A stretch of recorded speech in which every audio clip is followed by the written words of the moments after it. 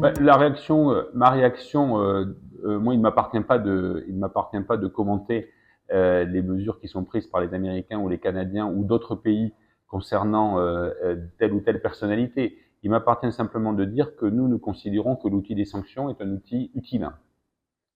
Et que pourquoi il est utile? Il est utile parce que malheureusement, pour plein de raisons, les mesures qui pourraient être prises pour lutter contre l'impunité en Haïti sont en panne et que règne pour un certain nombre de raisons une certaine impunité s'agissant des actes délinquants, s'agissant des crimes de sang, s'agissant et donc il y a eu une réaction de la communauté internationale qui ne se limite pas d'ailleurs aux États-Unis, hein, mais qui ou au Canada ou à d'autres, mais qui est montée sur le plan multilatéral également. On a parlé des Nations Unies, qui a adopté une résolution à cet égard et qui a sanctionné un certain nombre de ressortissants haïtiens. Et on pourrait également parler de l'Union européenne qui a fait la même chose et qui a adopté une base juridique, un texte qui permet à l'Union européenne de sanctionner un certain nombre de personnalités. La question qui se pose lorsqu'on parle de sanctions, sont les preuves. Et donc nous, ce que nous avons toujours dit, c'est que nous étions en faveur de l'outil, que nous le soutenions. Donc ça répond à votre question.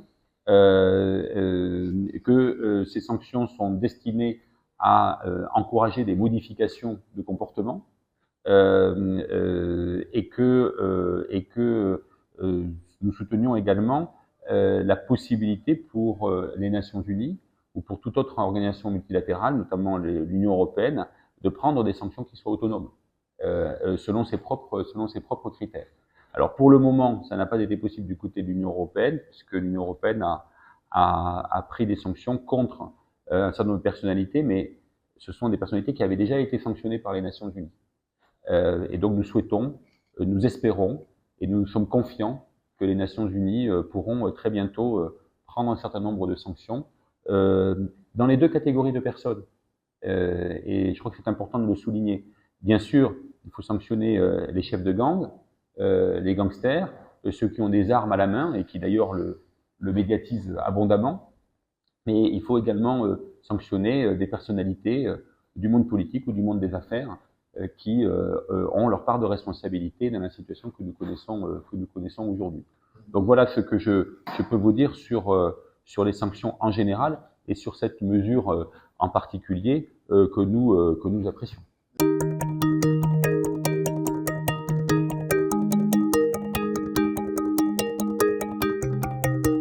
Alors, c'est le verre à moitié vide ou le verre à moitié plein. C'est à vous de vous prononcer. Moi, je suis convaincu que si il n'y avait pas eu de sanctions, la situation aurait été encore pire. Et que, dans une certaine mesure, les sanctions ont été utiles pour limiter les actes criminels ou les actes délinquants de certains. Et en particulier pour limiter le financement. Par des voies, disons, extra-légales des gangsters. On oublie trop souvent que les chefs de gang et les gangsters et les bandes armées ont besoin de financement. Elles ont besoin d'argent pour fonctionner, pour payer des armes, pour payer des munitions, pour payer leurs soldats. Ce sont des milices, et ces milices ont besoin de sources de financement. Comment trouvent-elles ces sources de financement? Elles trouvent leurs sources de financement, par exemple, en faisant des kidnappings crapuleux. Ils sont autonomes aujourd'hui.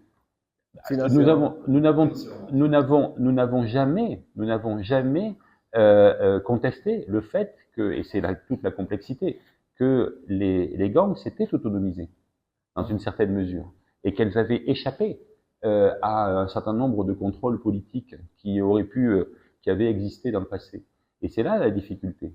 Mais ça ne veut pas, mais tirer ce constat de l'autonomisation des gangs ne signifie pas qu'il faut abandonner l'outil répressif. Encore une fois, moi, je souhaiterais que l'outil répressif soit plus efficace en Haïti. Il serait beaucoup plus légitime. Je l'ai dit à de très nombreuses reprises, les sanctions ne peuvent pas venir uniquement de l'international. Mais malheureusement, nous sommes dans une situation où un certain nombre de crimes très connus, très médiatisés, très instruits, et qui ont d'ailleurs certains ont fait l'objet d'ordonnances judiciaires extrêmement précises, n'ont pas donné lieu même à une quelconque arrestation. Je pense par exemple au massacre de la Saline, qui est parfaitement documenté, non pas par l'ambassade de France, non pas par l'ambassade du Canada, mais par le système judiciaire haïtien. Il n'y a eu aucune arrestation. Et là, on ne parle pas uniquement de gangsters.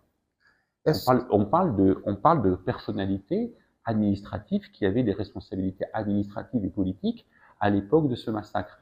Pourquoi n'y a-t-il pas d'arrestation? C'est ça la question qu'il faut se poser. Donc c'est pour combler ce vide que des sanctions sont intervenues de la part de certains pays. Et je le dis sans aucune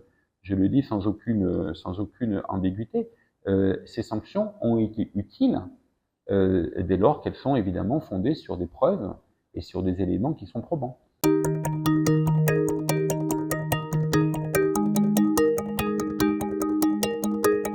Moi, je vous dis simplement que réunir des preuves, vous me parlez des preuves, réunir des preuves sur telle ou telle personne, sur des activités qui se déroulent en dehors du territoire français, c'est-à-dire du territoire sur lequel nous avons les moyens en souveraineté d'enquêter, c'est difficile. C'est difficile. Donc nous en sommes réduits pour faire notre évaluation à réunir des éléments qui sont des éléments d'information générale en Haïti, et nous sommes donc contraints d'en évaluer la crédibilité. Quelquefois c'est crédible, quelquefois ça l'est moins. Et donc à ce moment-là, nous prendrons des décisions si la question se pose. Mais encore une fois, le moyen préférable, ce qui serait préférable, et c'est de faire en sorte que le mécanisme qui est légitime, le plus légitime, qui est celui des Nations Unies, il y a une résolution du Conseil de sécurité, il y a un panel des experts qui a été nommé pour instruire un certain nombre de cas. Et ces propositions du panel des experts sont soumises à un comité des sanctions. Ce comité des sanctions a pris un certain nombre de décisions. C'est un premier pas, mais nous souhaitons que ce comité des sanctions aille plus loin et qu'il sanctionne des personnalités sur la base des travaux du panel des experts qui appartiennent aux deux catégories de personnes que j'ai mentionnées, les gangsters et les personnes qui sont du monde politique ou du monde des affaires. Moi, je vous ai dit simplement que si nous avons des éléments qui sont crédibles, et que nous sommes confrontés à des demandes de visa de la part de personnes sur lesquelles nous avons des éléments crédibles qui nous conduiraient à refuser les visas, nous le ferons, nous refuserons les visas.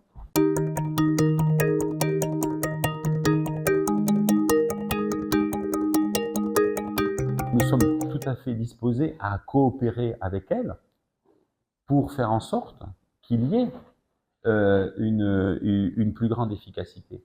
C'est quelque chose qui a été évoqué à de très nombreuses reprises ces 3 dernières années, enfin, puisque voilà, nous parlons de la fin de ma mission, et donc, mais même avant, il y avait des propositions qui ont été faites pour améliorer l'efficacité du système judiciaire. Le PNUD, par exemple, a toujours un plan de coopération pour remettre, disons, plus d'efficacité dans le système judiciaire et pénitentiaire. C'est la compétence du BINU également, comme c'était auparavant la compétence de l'Eminu-Just et de la MINUSTA. Il y avait toute une composante de ces organisations internationales, de ces mesures internationales qui étaient destinées à améliorer l'efficacité du système judiciaire et pénitentiaire. Donc, oui, le message, c'est que nous sommes toujours disposés à avancer dans ce but. Malheureusement, moi, en 3 ans, je n'ai jamais eu aucune demande.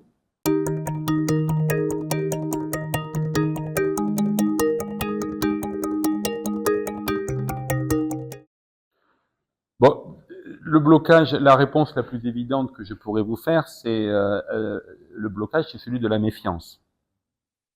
Voilà. Cela dit, la vie politique, toutes les vies politiques dans tous les pays du monde sont marquées par la méfiance. C'est la compétition politique la compétition politique est par définition celle de la méfiance. Vous vous présentez à une élection, forcément, vous considérez que vous avez raison et vous êtes méfiant à l'égard de votre adversaire qui est convaincu également de la même chose. Donc, c'est la méfiance. Donc, c'est une réponse un peu banale que je vous fais, c'est même un cliché.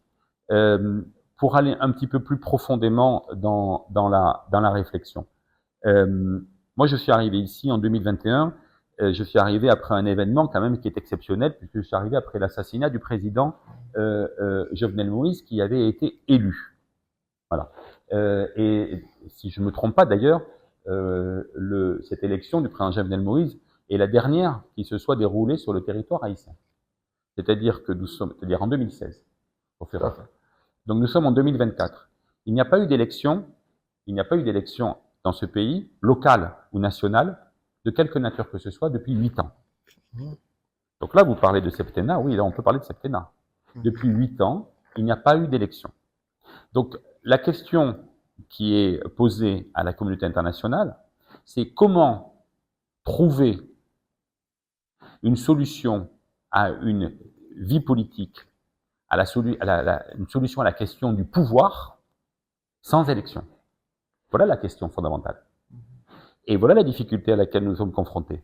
Parce que, bien évidemment, moi, à chaque fois que je rencontre un représentant d'un parti politique, non seulement il considère qu'il a raison, c'est normal, il est convaincu qu'il est dans son droit, qu'il est convaincu qu'il a raison, qu'il a le bon diagnostic pour le pays, mais il considère aussi qu'il a une base politique, une base sociale, une base humaine de militance, de militantisme, qui lui permettrait d'aspirer légitimement au pouvoir. Voilà. Mais comme il n'y a pas d'élection, nous ne pouvons pas en apporter la preuve. Donc c'est pour ça que nous, indépendamment de tous les événements qui se sont déroulés depuis 3 ans, nous n'avons cessé d'insister sur la nécessité de reprendre un processus électoral. Nous n'avons cessé de le faire. Et nous n'avons cessé de le faire indépendamment de la question sécuritaire. Je m'explique, parce que c'est une position qui a souvent été mal comprise, qui a souvent été comprise comme étant la France souhaite des élections, même dans une situation sécuritaire catastrophique. Non, nous n'avons jamais prétendu cela. Par contre, nous avons toujours indiqué qu'il n'était pas possible, de notre point de vue, d'attendre que la situation sécuritaire soit parfaite pour commencer à préparer des élections. Et pour une raison très simple, c'est qu'à partir du moment où vous fixez comme condition au déclenchement d'élections le règlement de la question sécuritaire, vous donnez le feu vert au processus électoral à ceux qui ont la capacité de fomenter des troubles violents. Vous leur donnez les clés. Vous leur donnez les clés de la solution politique. Donc il faut, de la même manière que, vous savez, certains disaient il faut faire la paix comme s'il n'y avait pas de terrorisme, et il faut lutter contre le terrorisme comme s'il n'y avait pas de paix.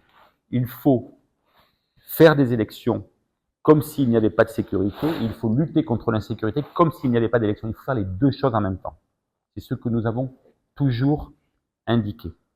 Donc, et c'est ce que nous faisons.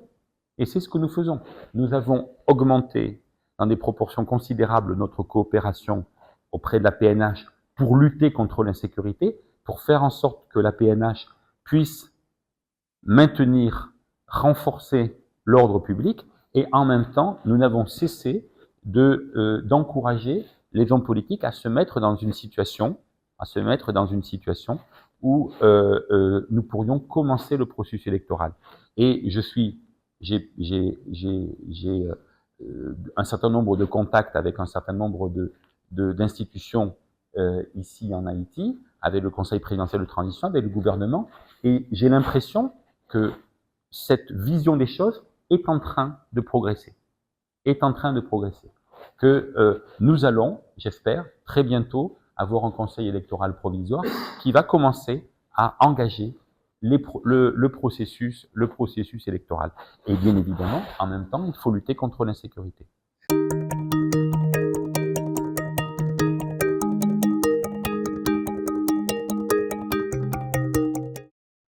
Alors, est-ce que je suis satisfait? Non, moi, je suis jamais satisfait.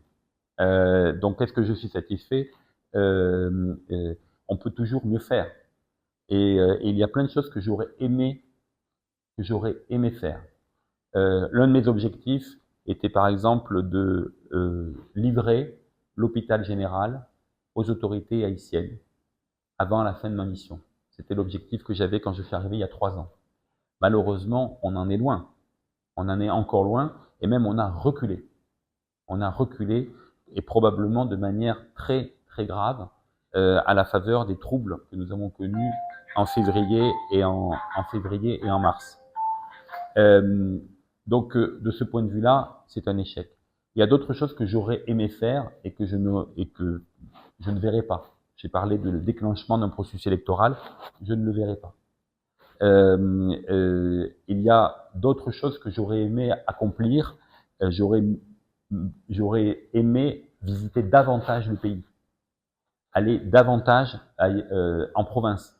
Je ne l'ai pas fait suffisamment. J'ai été trop bloqué pour des raisons sécuritaires à Port-au-Prince. Donc voilà, il y a des choses que j'aurais aimé faire que je ne suis pas arrivé à faire. Le temps passe vite et vous me concéderez que la situation n'a pas été toujours simple. Hein. Nous avons connu en 3 ans 3 locs, d'une certaine manière, d'intensité variable, dont un dernier qui a duré très longtemps et qui a abouti à l'évacuation des communautés étrangères, dont la communauté française, pour la première fois depuis toujours. Depuis toujours. On y reviendra si vous le souhaitez, mais c'est quand même un événement notable. Nous avons connu 3 locs, nous avons connu Bois-Calais, nous avons connu une mutinerie de la PNH contre ses autorités. Tout ça, effectivement, ce n'est pas quelque chose de banal. Nous avons connu également un changement de gouvernement, un changement d'autorité complet, par une voie non démocratique. Voilà.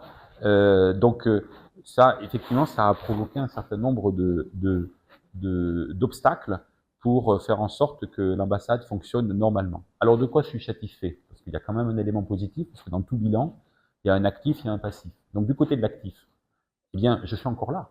L'ambassade est encore là. L'ambassade est encore fonctionnelle. Moi, quand je suis arrivé ici, il y a 3 ans, eh bien, je constate que des collègues des ambassades ont fermé. Elles sont parties. Elles sont parties. L'ambassade de France est toujours là. Elle a toujours resté, sauf dans les cas de crise aiguë, elle est toujours restée ouverte. Le lycée a réouvert en présentiel. L'Institut français a toujours continué à fonctionner. Toute la structure de l'ambassade, les alliances françaises, etc., toute la structure de l'ambassade est restée, pour l'essentiel, intacte, en se recentrant sur un certain nombre de missions essentielles, mais elle est restée. Et j'en suis très fier. Et je peux vous dire que c'est très difficile, parce que quand vous devez convaincre vos autorités que vous pouvez tenir la situation en main, que les troubles que vous voyez au coin de la rue, n'oubliez pas que nous sommes localisés au Champ de Mars, et quand vous devez convaincre vos autorités que les troubles que nous voyons au coin de la rue ne vont pas affecter la sécurité des agents, la sécurité de l'ambassade ou la sécurité de la communauté, eh bien quelquefois il faut faire preuve d'une certaine persuasion. Donc ça c'est le premier point. C'est le premier point. Ce dont je suis satisfait aussi, c'est que nous avons réorienté un certain nombre de choses dans la coopération française. Celle qui? Par exemple, la sécurité. La sécurité. La PNH était une institution avec laquelle nous avions cessé de coopérer. Parce que, eh bien, nous avions cru, comme d'autres, nous ne sommes pas les seuls, hein, que la MINUSTAH avait réglé le problème sécuritaire. Ah, nous l'avions cru. Vous aussi, d'ailleurs, peut-être vous l'aviez cru. Et nous l'avions cru, d'ailleurs, le gouvernement haïtien l'avait cru, puisque c'est le gouvernement haïtien qui a demandé le retrait de la MINUSTAH. Je le rappelle. Ouais. Je le rappelle. Ouais. Hein, on le dit pas assez. On le dit pas assez, mais c'est quand même le gouvernement haïtien qui a demandé le retrait des Nations Unies. Pour quelques années après, redemander une aide internationale. Donc, nous avons réorienté notre coopération dans un certain nombre de domaines, en matière sécuritaire. Et nous sommes en train de réorienter notre outil de développement dans des domaines que nous n'avions jamais touchés auparavant, mais qui nous correspondent, qui nous semblent être fondamentaux pour l'avenir du pays.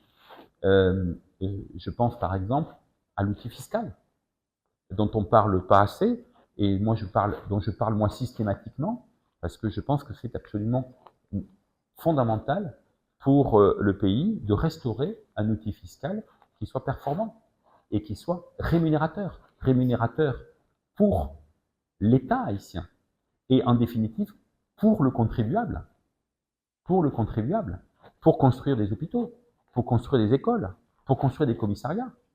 Parce que si vous n'avez pas d'impôt pour faire ça, vous allez le faire comment? Comment vous allez le faire? Pas par l'opération du Saint-Esprit. Donc, je finis. Nous avons, par exemple, nous sommes en train d'engager un programme très ambitieux au profit des douanes, au profit de l'administration des douanes, pour conforter les éléments positifs qui sont apparus depuis 1 an et demi en matière de production fiscale, de produits fiscaux par les douanes. Ça, c'est un élément nouveau. Et je peux vous dire que si nous réussissons ce programme, ce sera mon successeur qui le mettra en œuvre, je l'espère. Si nous réussissons, cela va changer la vie des Haïtiens. Positivement, parce que... Est-ce que vous pouvez donner plus de détails par rapport à ces programmes et les coûts et les nombres de... Par exemple,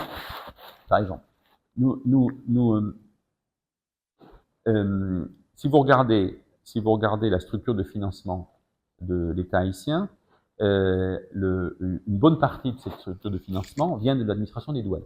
C'est-à-dire que c'est à peu près 60% des revenus fiscaux.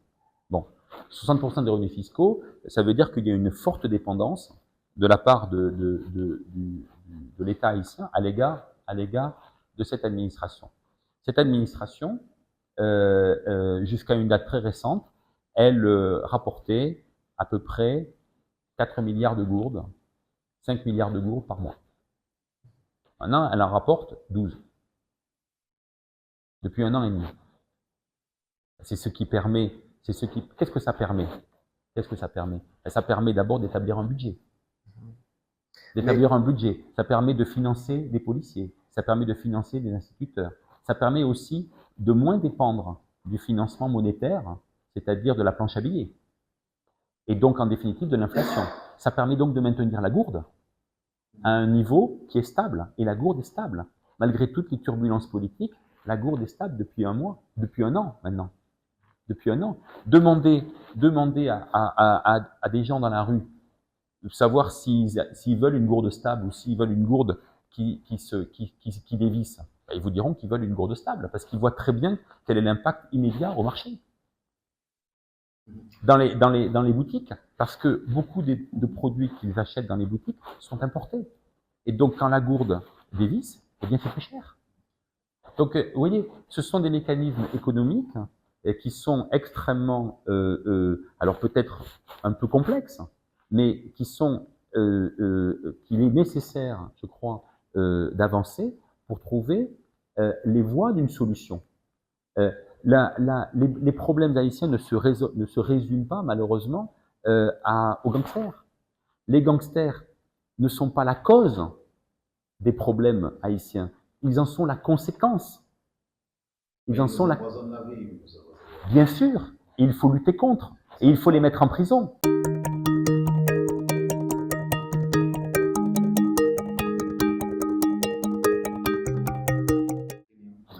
Nous sommes satisfaits d'avoir soutenu la résolution puisque nous l'avons soutenue. Donc c'est que nous considérons qu'une force internationale d'aide à la police est nécessaire. Pourquoi nous considérons... En fait, Wendell, vous me posez une question qui est la continuité de ce que je viens d'aborder. C'est-à-dire, pourquoi faut-il une force internationale d'appui à la police? Il le faut parce que la police est numériquement sous-dimensionnée pour aborder les problèmes de maintien de l'ordre. Et maintenant, il n'y a pas que moi qui le dis. Maintenant, tout le monde le dit. Tout le monde a compris ça. Il y a 8 000, 9 000 policiers sur le territoire haïtien. Vous en avez 35 000 de l'autre côté de la frontière pour la même population, plus 60 000 policiers. Vous en avez 30 000 également en Jamaïque, pour une population qui est 3 fois inférieure. Donc regardez les taux d'encadrement, le nombre de policiers par habitant. Haïti est de loin, de très loin, le pays le plus faiblement doté en matière sécuritaire. Donc c'est la raison pour laquelle il faut une aide. Parce que construire une police numériquement, construire une police qui est numériquement à la hauteur des besoins, ça prend du temps. Vous ne créez pas ça en un an. La capacité de l'École nationale de police, c'est 500, 600 cadets par an. Et il faut compter les départs à la retraite et ceux qui s'en vont sous d'autres cieux. Donc, il faut une force internationale. Après, le débat n'est pas sur faut-il une force internationale. Le débat, c'est quelle forme, quelles sont les modalités de cette force internationale.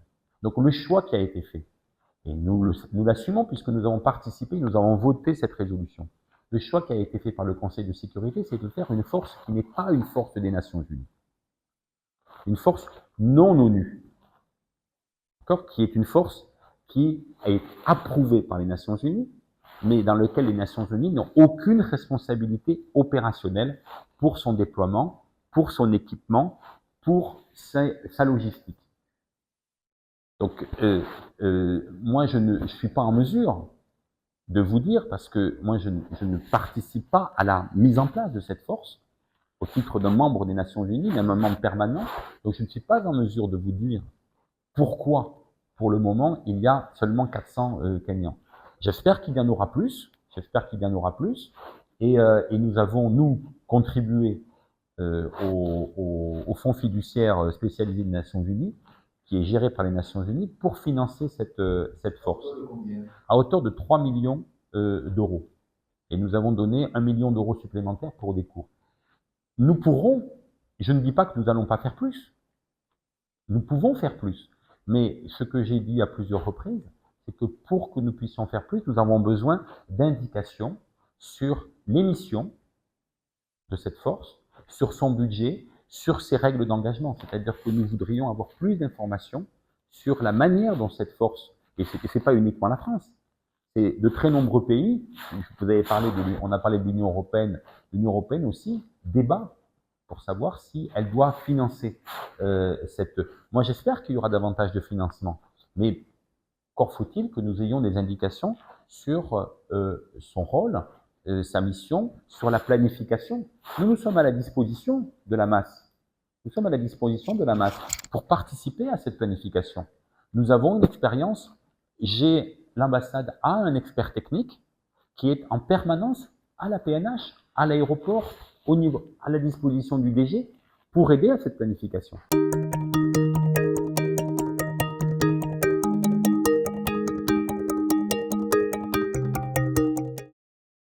Les forces armées.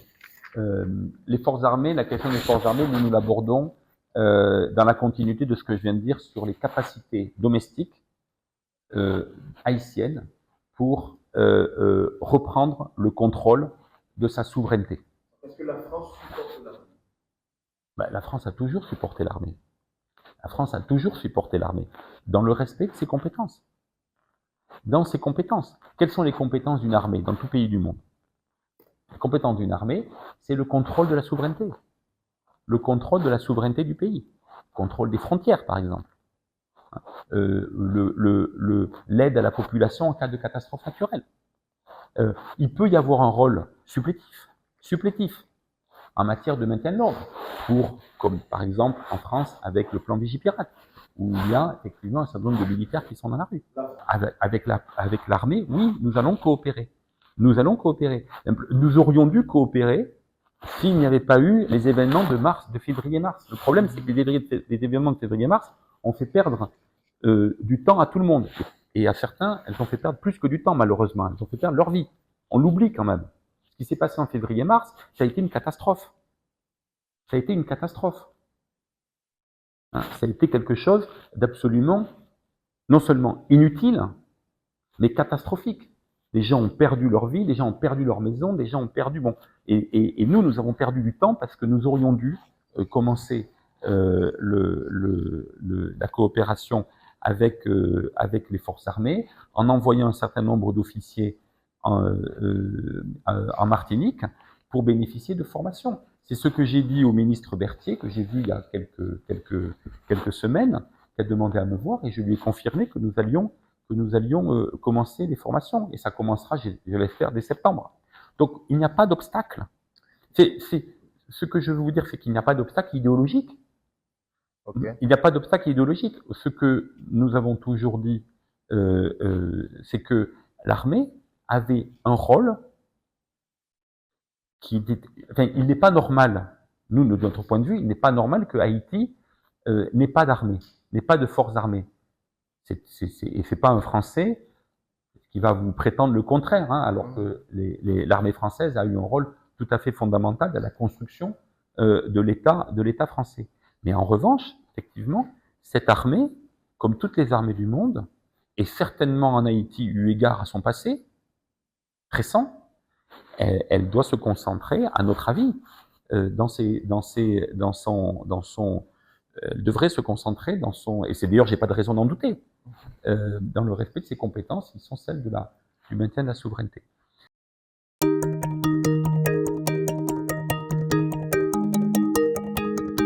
Nous avons participé à sa mise en place parce que nous avons été invités à Kingston par la CARICOM le 11 mars. Et après les événements de fin février, il y a eu une réunion et la France y a été invitée. Donc nous y sommes allés, c'est la secrétaire d'État Zakharopoulou qui a représenté la France, et j'ai participé à cette réunion. Donc il y a eu une discussion, et comme vous le savez, la réunion de Kingston a abouti à un compromis avec l'établissement du Conseil présidentiel de transition. Donc nous, effectivement, nous avons pris acte de la création de ce Conseil présidentiel de transition qui répondait à une demande de la part d'une partie de la classe politique haïtienne d'avoir un accord interhaïtien élargi qui permettrait, selon certains, de régler la question politique en Haïti. Voilà. Monsieur l'ambassadeur. Donc, je vous laisse compléter. Est-ce que la création de ce Conseil présidentiel de transition a permis d'apaiser la conflictualité politique en Haïti, ce qui était l'objectif de la France? La réponse est oui. Et donc, de cette manière, enfin, de ce point de vue, oui, nous sommes satisfaits, parce que la conflictualité politique, les disputes politiques, les controverses politiques, et quelquefois qui débordaient dans la rue, et même quelquefois qui débordaient par la violence, eh bien, ça a permis d'apaiser tout ça. Donc oui, nous sommes satisfaits de ce point de vue. Après, pour le reste, je crois que le Conseil présidentiel s'est doté de procédures. Il a même établi un plan, un accord politique en son sein, qui, je crois, qui a été adopté le 3 avril. Et donc, il lui appartient de le mettre en œuvre. Et il y a beaucoup de bonnes choses dans cet accord du 3 avril. Donc nous sommes au soutien de cette entreprise. Et si on nous demande notre aide pour régler un certain nombre de difficultés, pourquoi pas? Nous sommes à la disposition du CPT.